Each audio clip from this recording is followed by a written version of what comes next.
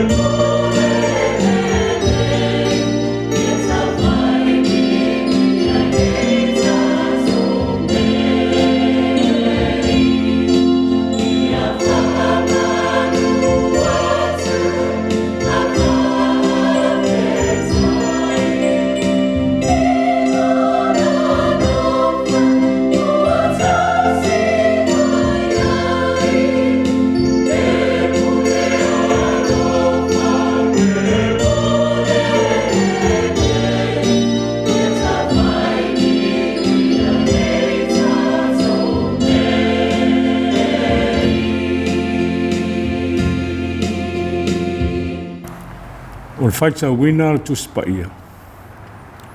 Tusi filifilia o le nei aso sā ua mo mai lea i evangelia a Luka, ma tā upu e iwa, e Faitau wina mai le fuai upu e tolu se fulu ma le fitu, se i o atu i le fuai upu e 5 se fulu. Luka i lona ma tā upu e iwa, e Faitau mai le fuai upu e tolu se fulu ma le fitu i le 5 se fulu. Whaafafonga maia, ia fionga pa ia a le Atua. O le tae ao ua lātou o ifo ai i le maua. O na whetai ai lea ma ia o le motu o tangata e toa tele. Whaauta fo. Ua langa mai le tasi na i le motu o tangata. Le hao a oe, o te ai o iatu i a te oe, e te sila mai i lo ua tali. A wā o ia o lo ua tali e toa tasi. Whaauta foi, ua pue ia ia te ia e le anganga, ona alanga loa lea, ma whaata a fiti ia te ia, ma ua wha walo na ngutu, wa tui fuli ia te ia, toe ina lea alu ese ia te ia. Na ou ai o ia tu foi ia usoo ia lātou tuli ia te ia i fafo, a ua lātou le ma whaia lava. Ua tali atu Yesu, le tupulanga le whaatuatua ma le whaapio. O te iai ia te Autū, ma ono sai ia te Autū se ia a whea. I nā au mai ia lo watalii i inei. O lo sau ia. Ai la fotu ma whaata a fiti ia te ia ele te moni. Ona vavao lea e Yesu i le anganga leanga, ma ua whaamalo lo i le tama. Ma toe tu watu ia te ia i lona tamā. Wa lātou Mātua ofo uma i le mana mamalu o le Atua. O lo ofo i lātou uma i mea uma na whaia e ia. O na whetala i atu lea o ia i ona so. I outou Mātua whaalongo i nei upu. A wā o le atu i nātu le atalii o le tangata i 5 o tangata. Hau le iloa e i lātou lea upu, ua lilo ia te i lātou, o lea na lātou le langona ai lea mea. Ua lātou mātatau foi e fesili ia te ia i lea upu. Ua tupulu whinaunga ia te i lātou, po o ai so lātou e sili. Ua sila fia e Yesu le manatu o lātou loto.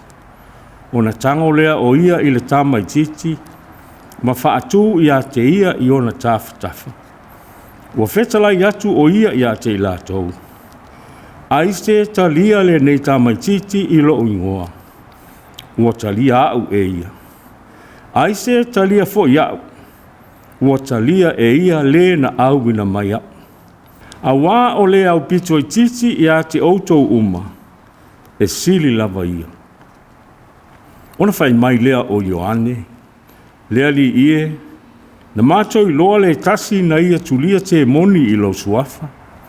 O na mātou vavao lea i a te ia. A wā ua ia le muli mai i a te i tātou. O na whetala i atu lea o Yesu i a te ia. Au atu te vau ia. A wā o le au ese i a te Autū. E au whaatasi lea ma Autū. Ia whaamaluia tele mai le atua i lo tātou whaalongolongo i lana fionga. Ia i le atua e toa tasi o lo tātou whaola e ala i a Yesu Keriso lo tātou wali. Le vi inga ma le mamalu. O le malosi ma le pule i le amatanga i nei o na pō. E a le tū, a le tū lava. Amen. Se o tātou te talo. Le atua whaavavau e. O le to'o o lo malo, o le to'o o le ami o tonu lea. O ofu umalava ua ni muro, ma a loe, ma ke fia. O la ua fia o le mātou maluia ma lo mātou malos. Ua avea ao ma o unufoa whaata avale vale. Whiawhi o ai foi oe i apa au o le matangi. Ua tua nae le pongi sā.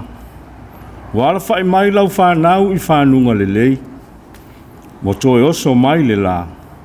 Ua au maia o le mā whanawhana ma le ola. Ua mātou māla mala mai. Olu olofa lea ia I mātou lea li ie ua fōa I mai ai le nei a sosā. Mātou te mapu ma mālōlō ai. Ia mātou mana nao I mea tū mau.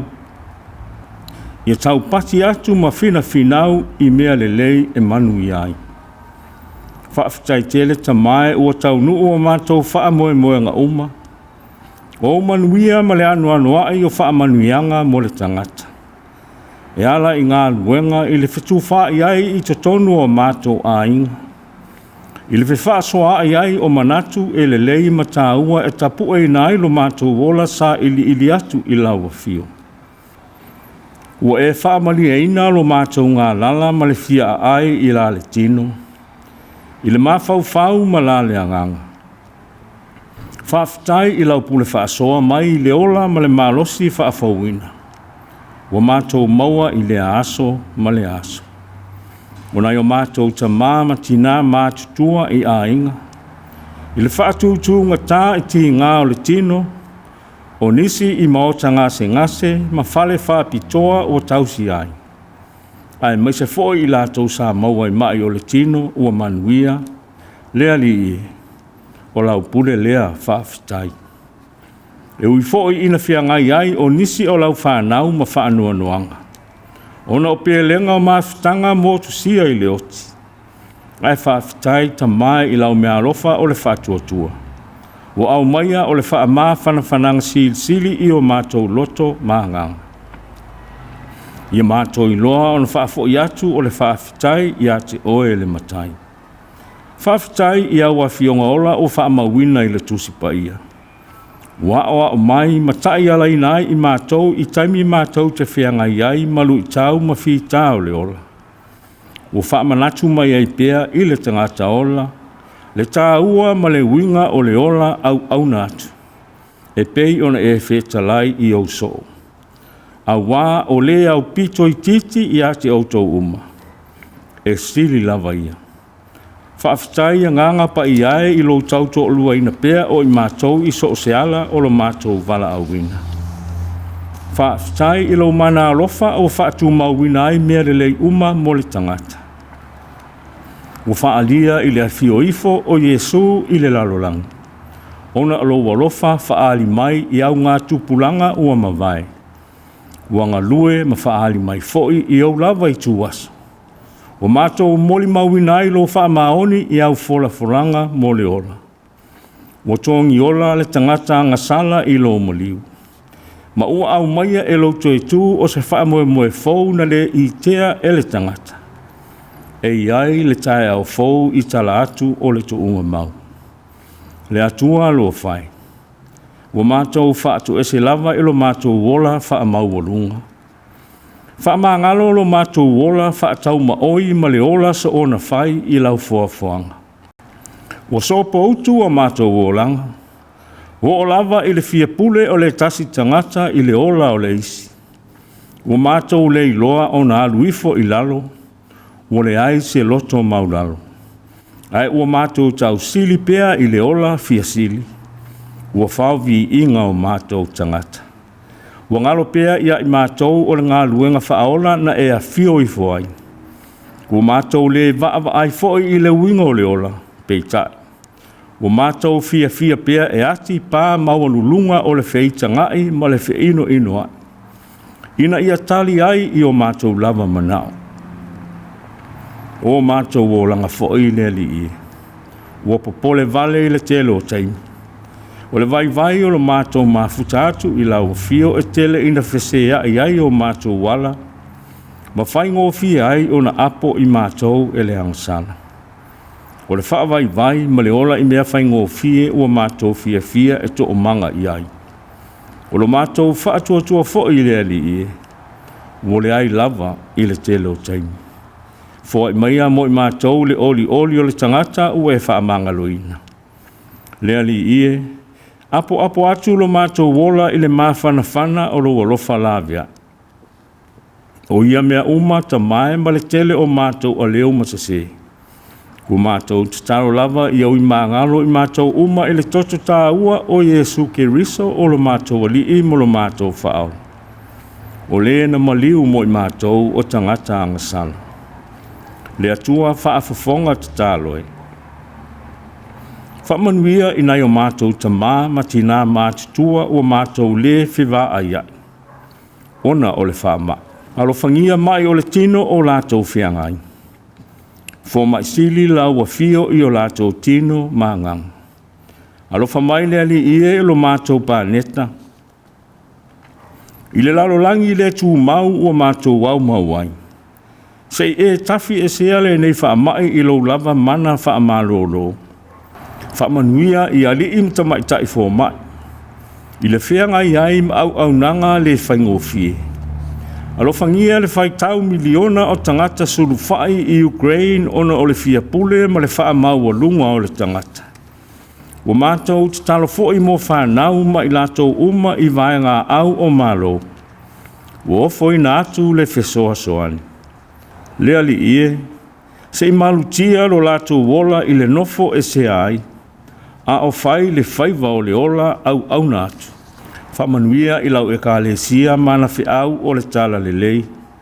I so o se a onga ma se minare o lo o au tau inai whanau mo lau whiau ma lau ngā ruenga. Whamanuia le atua le tamai I nai a mātou whanau. Fo ai le loto maulalo tupu mai ai le usitai. E talia I nai suinga o le ola a o auina I nei ona po. Lawe ai mai I lātou ai le ola whaau sohosoina. Ia whina upea ma fia I le ola sa ili atu I lau a fio. O le puna o le poto ma le ata mai sil. Whamanuia I le nei atu noo o mātou no nofo ai. I lingi atu o manuia ma lau file mu I si o mātou atu no pele o Samoa. I si sifo masasai. Whamanuia ia I lātou o alolofa mai. Whamanuia fo'i ia I lātou o whai I mātou ma o lātou fili. Ia awalawane o mātou sa ili a tau I masui. A ia mātou I loa o na whaamangalo atu. A mātou whaalongo I lau finangalo whetalaia mai. Tau to alua ina e oea nganga pa I aela o auna. Ia aluma le mana lau upu fola. Ia tupu tele le tala le lei na fio mai ma le misia. O a mātou talo talonga ia tamai. Whaatasi ai ma le tele o te talo le leoa I o mātou lava loto tai tōtasi. Wa tui nā atu ma le whaatua ola o mātou loto. Wa e whaafafonga ina loto o lau whanau. I le suafa manu malo o Yesu ke risa o lo mātou wali I mo lo mātou whaola. Wala atuai a mātou talo talonga uma. Amen. Tātou toi pepese I le pese se lau sa furu ma le tolu. Se lau sa furu ma le tolu le pese tātou toi pepese ai.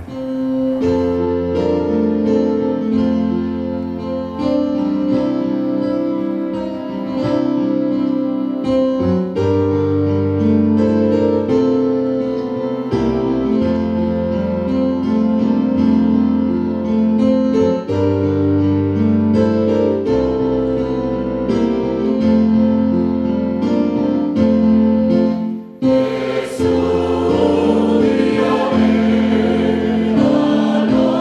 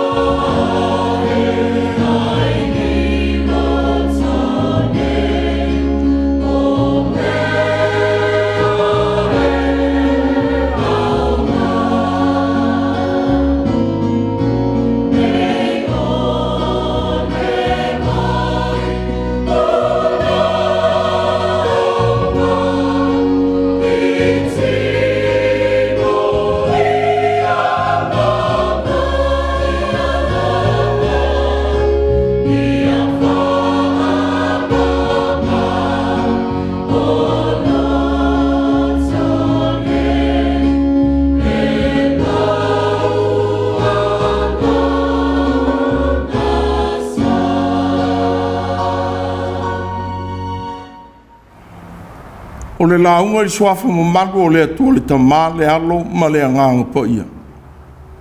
Maua le matua o le launga i le whai upu E.F.K.A.S furulua o le tusi na Faitau ina. O lo i le tusi Faitau aso o le nei aso. On wawao lea i Yesu i le anganga le anga. Ma ua whamaro lo i le tama. Nto e tu atu i a te ia i lon tamā. Ona wawao lea i Yesu i le anganga le anga. Ma ua whamaro lo i le tama. Ma to e tu atu i a te ia i lon tamā. O lo au manatu o le nei vai e sā. O le atua e aluifo i lalo. O le atua e aluifo i lalo.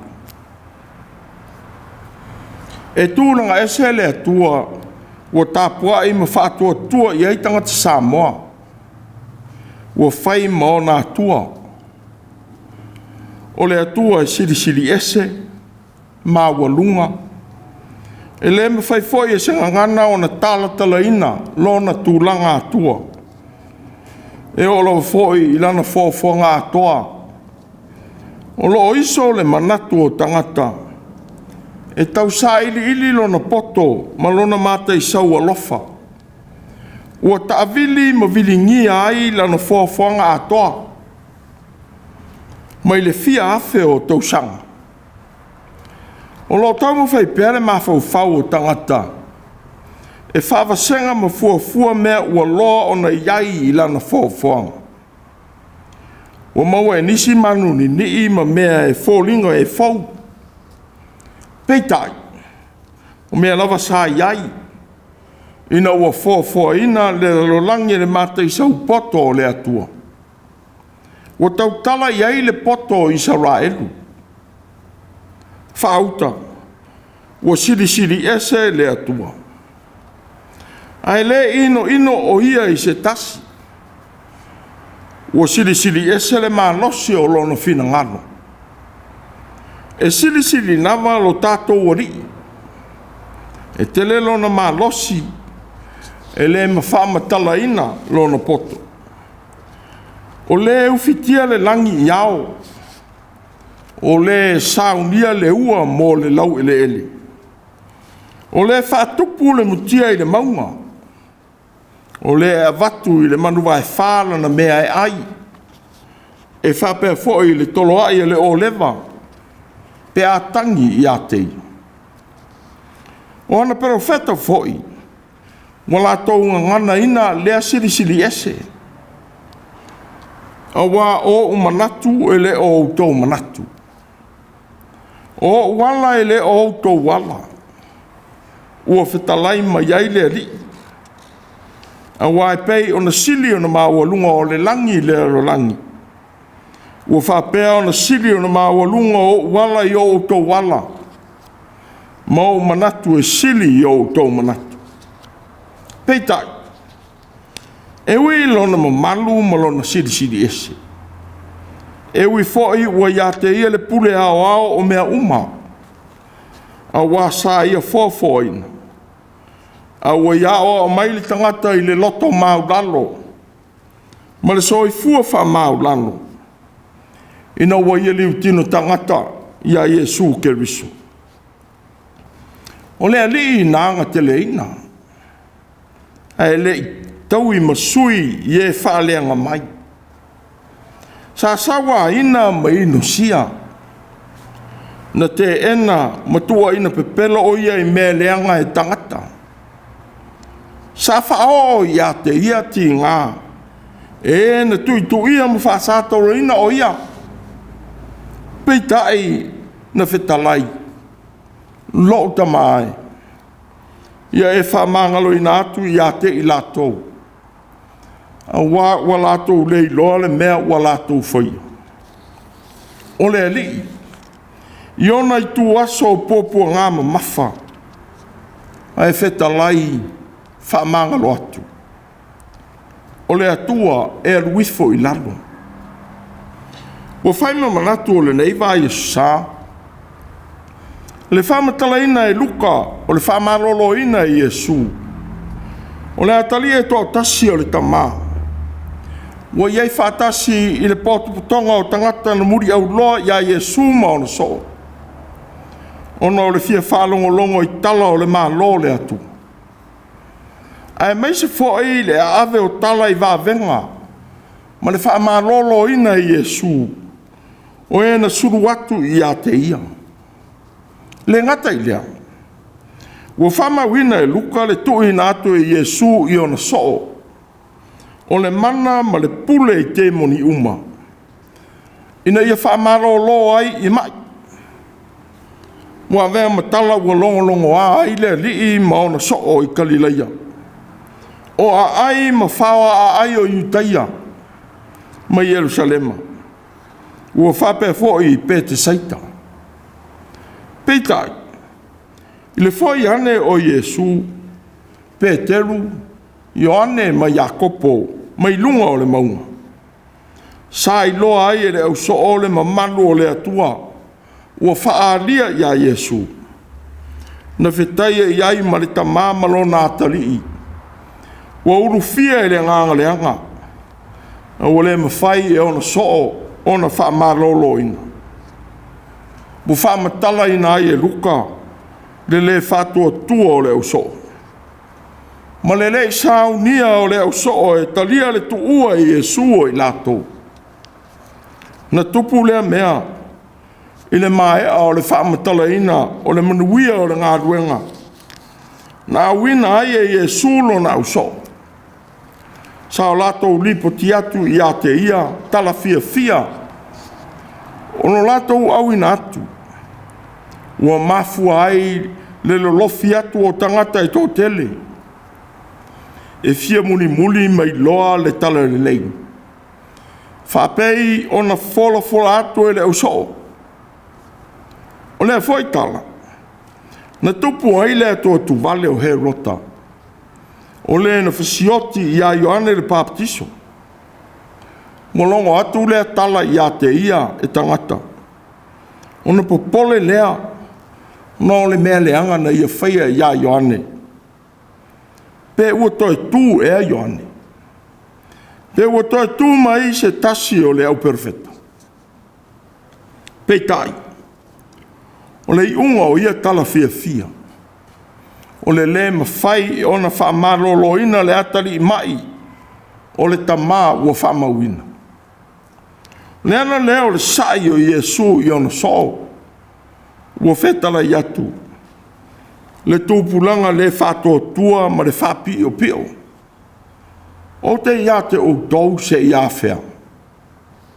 Nā au mai ia lo watali i nei. O na wawao lea i Iesu o le leanga. Ma ua whamalo loi le tama. Ma toi tu watu i lona tama. O le ti ngā o lona whina ngalo. Ona o le mawhai e ona so ona whamalo lo le atali o le tama.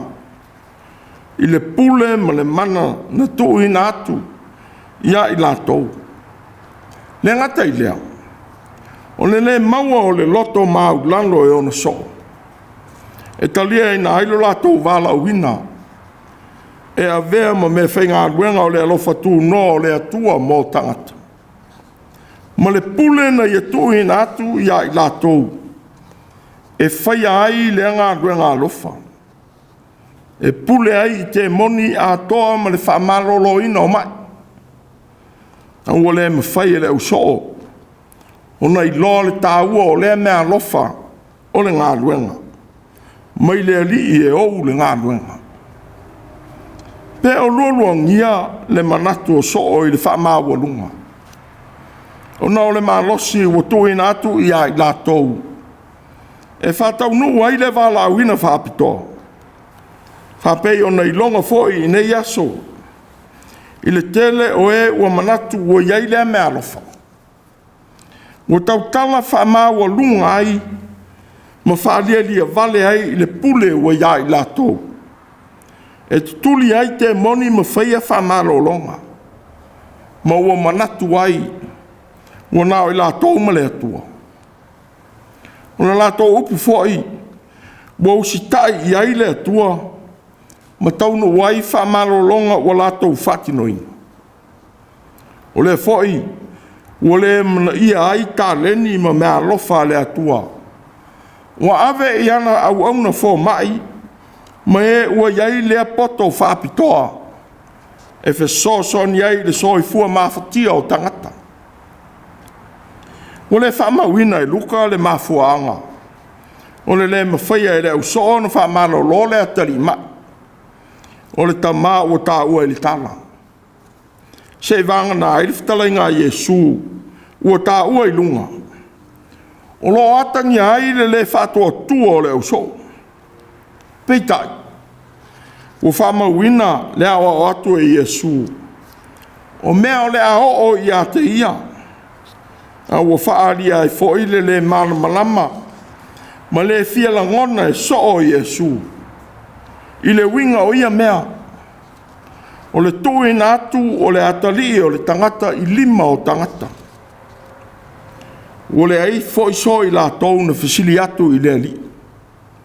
Ia whamarmala mai na atu ia i la tau le winga o lona fina ngalo.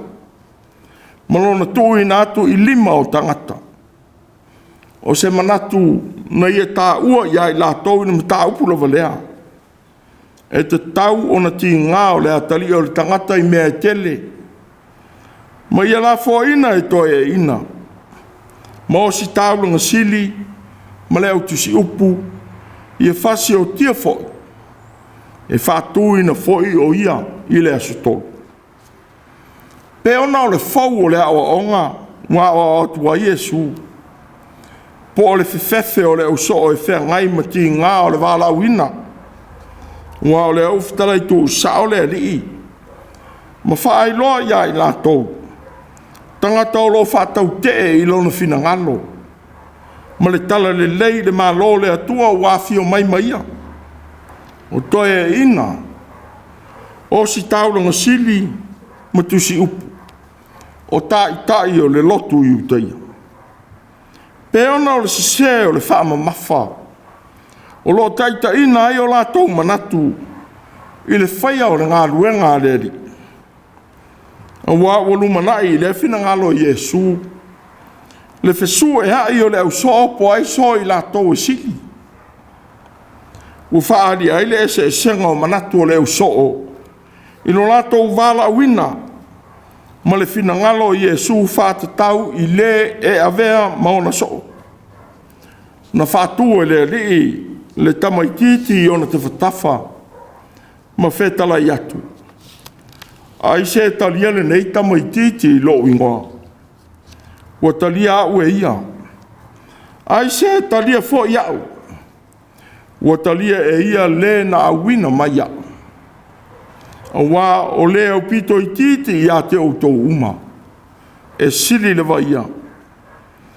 Pe ua tau maawa la loina e a Iesu tamaiti. O le talia le ai. Peitai. Wa fia tamaiti whātasi matina. Ie o tā ua e mau lalo i tū maanga nua i utaia.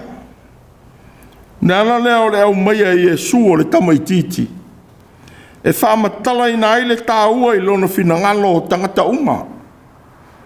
Whapei ona whaamamawhaina i le mōle maua Luka.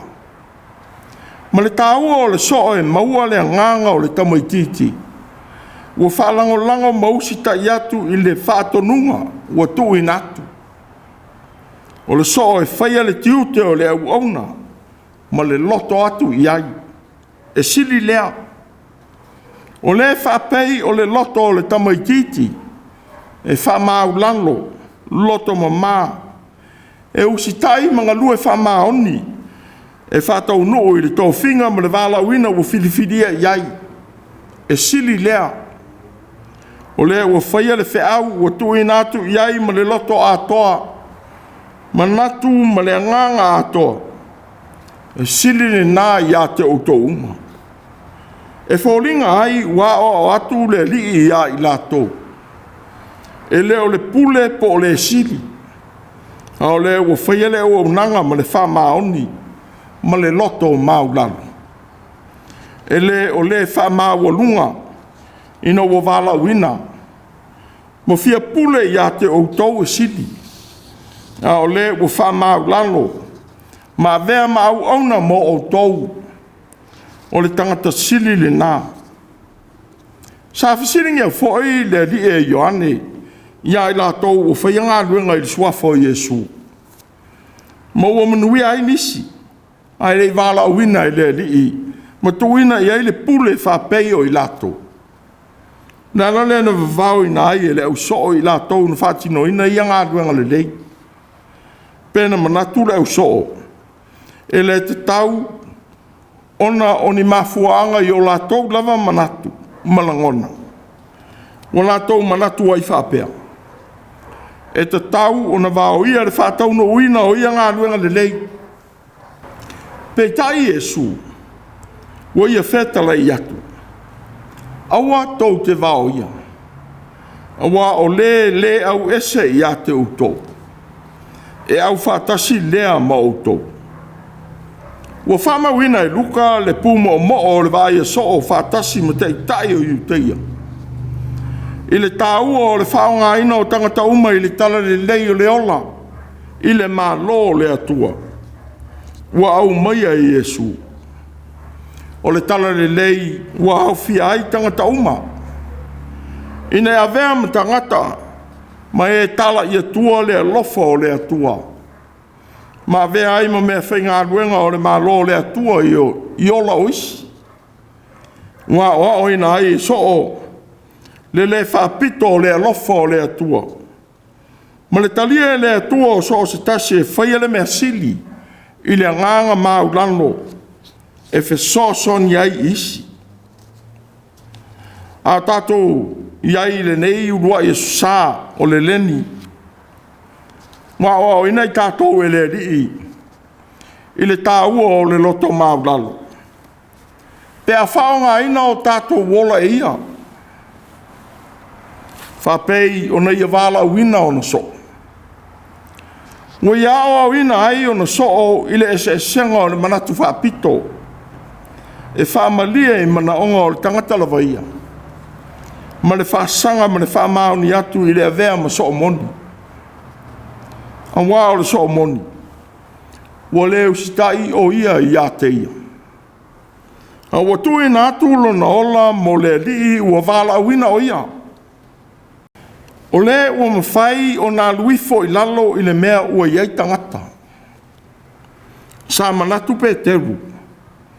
Ina ua vai whaalinga o le mamalu sili ese ua whaalia i a Iesu i lunga o le maunga. Manatu ai. Leali ie. E le lei una ua tātou i nei. Se mātou whaieni whale apitanga se tolu. Mo oe le tasi. Mo mose le tasi. Mo e lia fo i le tasi. O se manatu sa ia whai e tuai. Ma le lei loa o le mea o ia tau tala ai. Pei tai leri. Wa manatu e fo i lalo o le maunga. Fo i le mea o iai tangata. I whātau nuu i nai le ngā luenga o le lawe ina.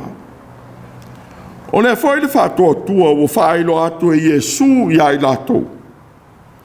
E le o le whamāua lunga ma manatu i le tūlanga ese ua whaea i nai. Ai o le tāua o le avea ma au auna. E le o upu a o le ngā luenga ua whai.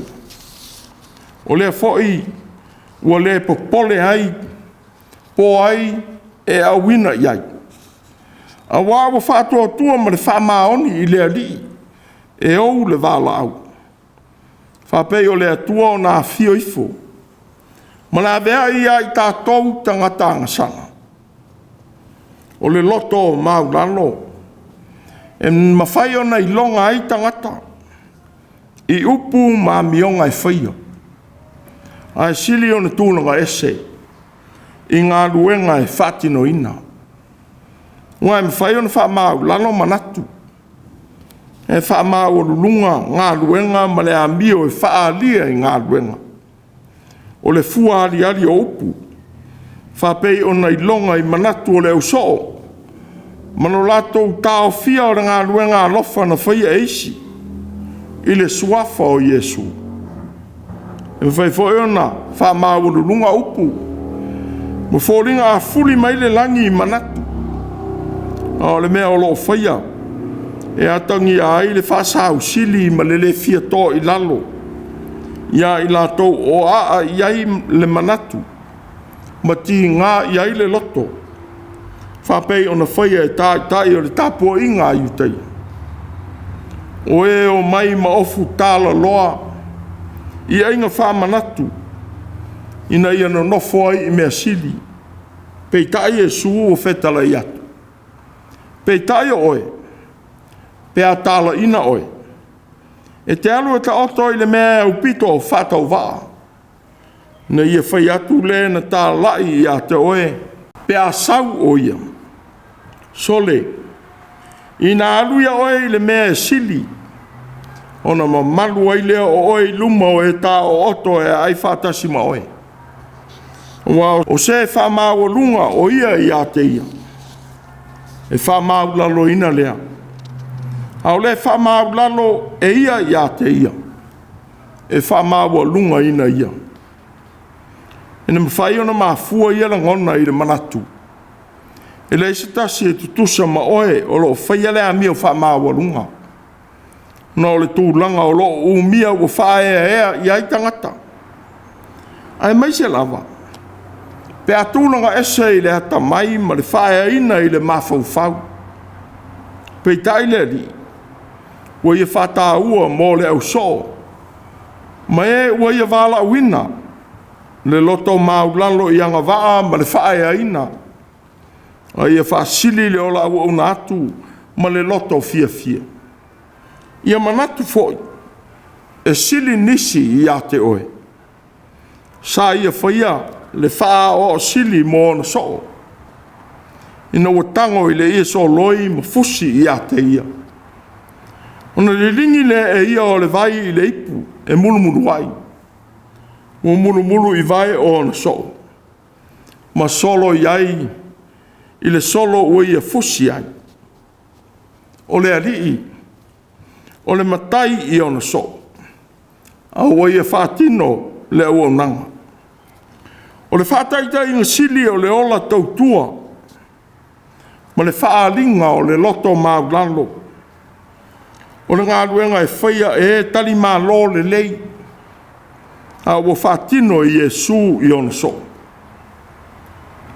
Ai se a ea ua wha umi ai le nei mawhatia. Ua whenga I pēa ma le langi. Pe le o le wha maa ua lunga. Ma le fia tō I lalo o le tangata I lona lava I loa. E ui alo tui na mai fautuanga o ngā. E ua vea ma te tai o mā lo mā tunu. Fo mai whatasi mai la tō wa o ina le lei. Ma tuina I ai e le atua le tā leni. E tau sia ai lo o tau soi fua ma lo tātou wolo. A ua vea polo kiki parapala. Ma le ola fia pule o inisi. Ua whawatu ia ai lea o unanga tāua mo le tāu fia o le nei whama ioti. Whamana tu mai le mata upu o le nei e Samoa mua o le leni. Le te tau o le ola ustai ma whalongo. Le tāua o le whātua tua whamaoni atu I le atua. E ui mailo nā lofa ia I lātou o iai ia me a lofa. O le atua o tātou whātua tua iai. O le atua nā luifo ma au mai le tongi ola. O le whāta I ta inga o le loto o maunano. E le ngata I lona o mai ia I tātou. E sa soi fua ai fo.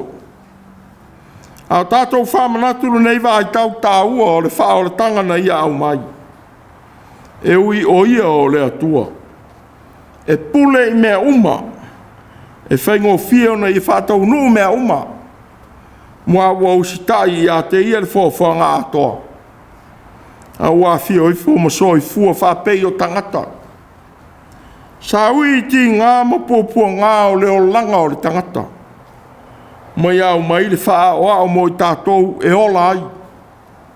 Ua fia o I fo ma whasoasani lo tātou mawhatia. Whapei ona I whamaro lo I le atali e tō tasi o le tama. Lo nā lofa foi. e malu ai le nei Faitau le whaingofia i le larolangi. O se tase o whamanatu o le nei Faitau tāua. Ia whāsato roina o tātou manaonga ma tuina naunga. Ai whaasanga ia Iesu malo nā lofa. E taitaina ai o tātou loto i mea tātou te whai. Pe o lale apostolo Paulo. O whāsato roina whātasi i mā ua ma ke riso. O te leto e ola au. Ao ke riso o lo ola i te tonu i a te au. Le ola foi o te ola ai nei i le tino. O te ola ai lava i le whātua tua i le alo o le atua. O le nā lofa mai i a te au. Mo foi na mai o ia e ia moa. O le loto whamau lalo. E manino ai lauwa ai ae i le atua manu malo. Ma lauwa ai atu i le langi ua tātou wola ai. O le foi, tātou te moa ai le loto whamangalo. Pe awhitai iai ma pōpua ngā. Ma le loto whawhitai. Pe a whao ngā ina i tātou. I so se wāla o wina. Wā mana ia ai o tātou tangata. Ona wawao lea i e sui le nganga leanga. Mo whamaro lo i le tama. Ma toi tu watu i a te ia i lona tama. O le atua e aluifo i lalo. Amen. Tātou pese i le atua i le pese e lua se lau tolu si furuma le tolu. Lua se lau tolu si furu tolu le pese. Yeah.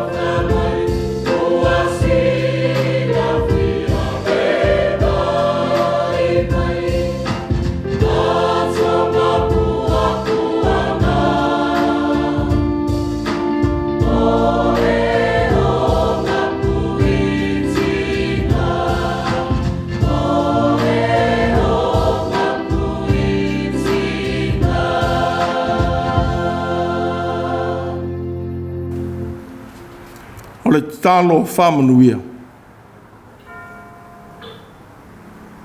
Awa mai le loto maulalo. Mātou te talia ai lo mātou whao ngā ina. O au mea whai ngā luenga i le nei fo i vai e sa. I e fua tele o langa o lau whanau i le wha maoni ma le loto wha manga loa. I e tūmau mai lo manuia ma lo file mu le atua le tamā. Le alofa sa ile o Iesu ke visolo mātou wari whaola. I e mafuta ina pēr i mātou ma lau whanau whātoto umai le rolangi. E la wa fio nganga pa ia. E whaavavau lava. Amen.